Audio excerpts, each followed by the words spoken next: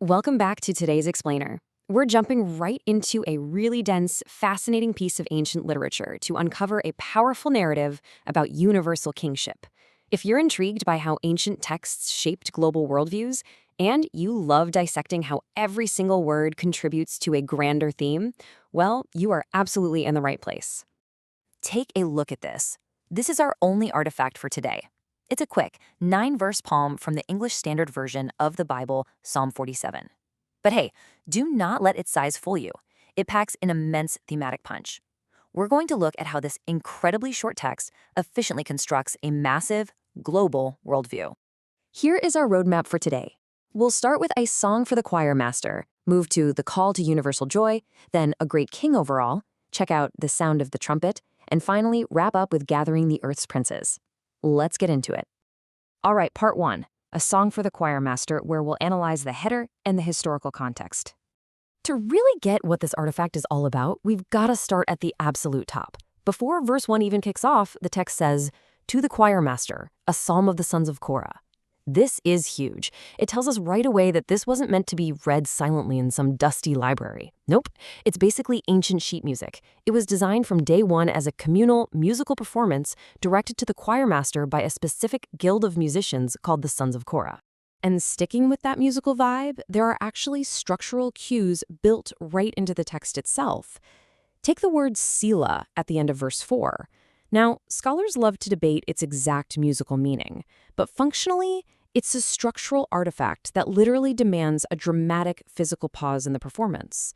It's telling the musicians and the audience, hey, stop for a second. Let the weight of what was just said sink in before we move on. Moving on to part 2, the call to universal joy. We're going to look at the intense, repetitive commands in the text. So this part kicks off with some incredibly kinetic, repetitive verbs.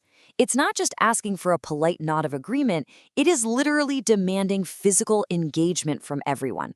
We're talking commands to clap your hands, shout to God, and sing praises. It's super active and energetic. The author is setting a tone right out of the gate that's meant to move the audience physically just as much as mentally.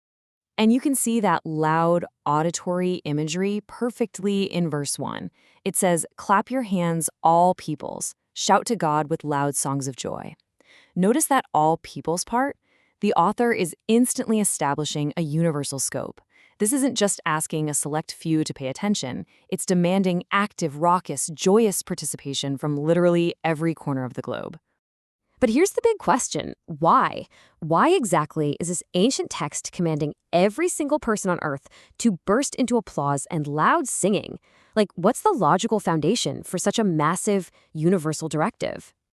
That brings us to section 3, a great king over all, where we uncover the why behind those commands. To answer that, we need to zoom into the core thematic argument of the psalm. Verse 2 lays out the absolute foundation. It reads, "For the Lord, the Most High, is to be feared, a great king over all the earth." See that little word "for" at the beginning? It's doing some serious heavy lifting. It connects the command to praise directly to the reason for it. The Lord is described here neutrally as the Most High, holding this absolute uncontested authority as a great king over the entire planet. Then the text grounds this cosmic, kind of abstract kingship into some very specific historical actions. Verses 3 and 4 say, "He subdued peoples under us and nations under our feet. He chose our heritage for us, the pride of Jacob whom he loves." So it's taking the universal authority of the Most High and tying it directly to a specific narrative, subduing nations and deliberately choosing Jacob's heritage. The universal and the highly particular are just woven so tightly together here. All right, section 4, the sound of the trumpet. Let's dig into the auditory imagery and some fascinating linguistic footnotes. As we move into the second half of the text, the auditory intensity and royal imagery are basically dialed up to 11. Verse 5 dramatizes the whole scene even further. God has gone up with a shout, the Lord with the sound of a trumpet. It paints this vivid sensory picture of a royal ascension or a grand coronation. I mean, you can almost hear the blast of the horn and the roar of the crowd. The text leans heavily on these loud auditory cues to signal a monumental shift in power or the triumphant return of the king. And the response to that ascension? It's immediate and it's overwhelming. Just look at verse 6. Sing praises to God, sing praises. Sing praises to our King, sing praises. The repetition here is visually and verbally striking. Using that exact same phrase, sing praises, 4 separate times in one single sentence, it creates a relentless, energetic rhythm. It's basically a massive crescendo in this ancient sheet music.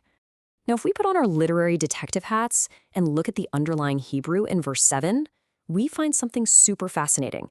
The word translated as psalm is actually maskil. A maskil is generally understood as a contemplative, skillful, or didactic poem. So this isn't just about making mindless noise. Not at all. It's a direct invitation to offer highly intelligent, skillful, and deeply thoughtful praise to the king. Then, by verse 8, all of that kinetic energy suddenly settles into a position of absolute stability. God reigns over the nations. God sits on his holy throne. We shift from that active ascension, going up with a shout, to a seated reigning posture. It establishes the fixed physical center of this authority. The throne is holy, and the reign extends over all nations.